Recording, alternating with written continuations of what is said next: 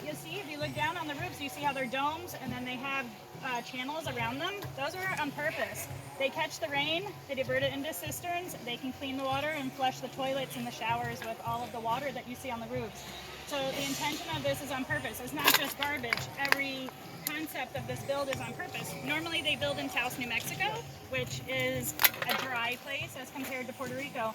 So as they build here, every phase they come back, they have to sort of figure out what worked and what didn't work, what principles from a dry, arid place can work in a place that's tropical. So one of the interesting sides of this is if you look online at the bio EarthShips, you'll see that they dome in the plants because they have to capture the rain and then not let it out of the building. Here, they've built many biocells because they actually have to dump water here because we get too much rain. There's not as much interest in keeping it. So an interesting thing about here, instead of using garbage, two principles of garbage and your waste is how do you turn waste into something that you have and you need? And so if we sort of think of the things that we do in a cyclical way, things that we throw away, bottles, cans, plastics, tires, then you can use those for building materials in this space instead of just using cement or just using things that are not sustainable in this plant. So you'll see the bottles are used, they're cut in half and connected together, and that creates a way of getting light into the spaces. Another thing you'll notice is the channels where the water collects and then goes down into the cistern, that's filled with plastics.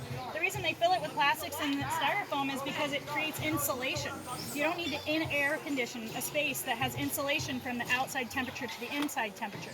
So if you create a heat suction, so the hot air can come out through the tubes on the top, pull in cool air from underneath through cooling tubes, and then you insulate the walls with really thick tires and plastics, you don't have to cool it as much as you do at our houses that just bake. These don't bake, they use a system to keep themselves cool without using electricity.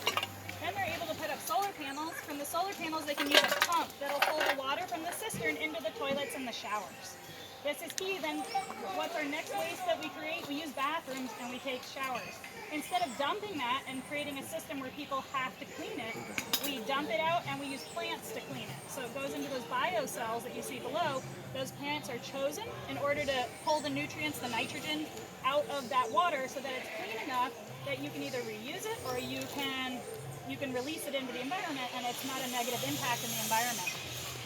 So these are all the different aspects of this building technique. A lot of these is a very specialized building technique that you can see and witness and you get to be part of, which is amazing. But then a lot of these principles can be applied